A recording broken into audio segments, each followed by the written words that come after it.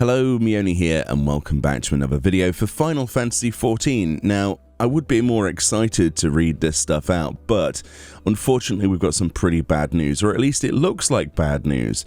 So, a few days ago on Twitter, Yasumi Matsuno, the person behind the Ivalice storyline, in a nutshell, I mean, it's the easiest way of describing it, sort of said some very sad things about where the Ivalice storyline in Final Fantasy XIV is going. Now, first of all, a person on Twitter called Valvedrix said, "The Save the Queen story was incredible and easily my favourite side story in Shadowbringers. I hope it continues in the future and thank you for writing it." To which Matsuno, and it is the official account, replies, "Thank you for your feedback. Unfortunately, this side story is over. See you in another game." That enough was to be like, what? Then another individual, Plato, replies, "Wait, you're not continuing with writing 14 Ivalice related stuff in the future? I figured you would be included with the future storytelling of 14's Dalmasca."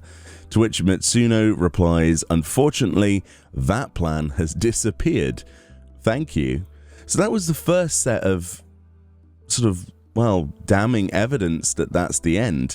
So if you've done the Resistance storyline, the Resistance weapon storyline, and the Save the Queen storyline, more importantly, in Final Fantasy XIV of late, you will know that essentially at the end of all of that, without spoiling anything too much for you, there is a cutscene, and in that cutscene it shows Noah van Gebranth and essentially standing in Dalmasca, and it kind of alludes to the idea that maybe one day we might go to Dalmasca, which is really cool. I would love to see that, and it kind of alludes to stay tuned for future episodes, where we would continue it.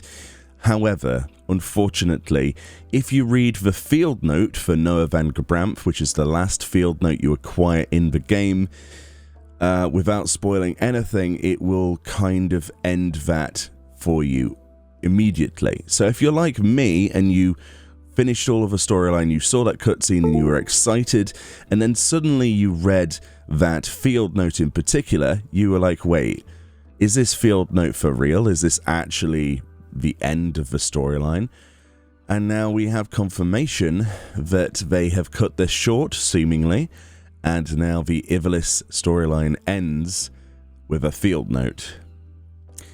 Which, I mean, I'm not sure how everyone else feels about that, but it's unfortunate. I mean, never say never, right? It just means that Matsuno's involvement is not present with that. But it says specifically, unfortunately, the side story is over. That's pretty damning, really. So, further confirmation on that, someone else asked a question, and the reply was, a few days later, this was, "I don't know the impression well outside of Japan. There were pros and cons in Japan. Some people said it was good, but others said it was the worst." Wow. In any case, this story was completed because the Bosja was liberated. Thank you. All I have to say is thank you to Yasumi Matsuno for providing me, at least, with something I really heavily enjoyed. I thought the storyline was great. I was excited to see where it was going, you know? Like, Ivalice storyline, yes! I loved Final Fantasy XII, the whole Ivalice storyline, the mythos behind it, and then the idea of going to Dalmasca on foot and being a zone or something, and maybe even another relic weapon in the future, a continuation of those resistance weapons.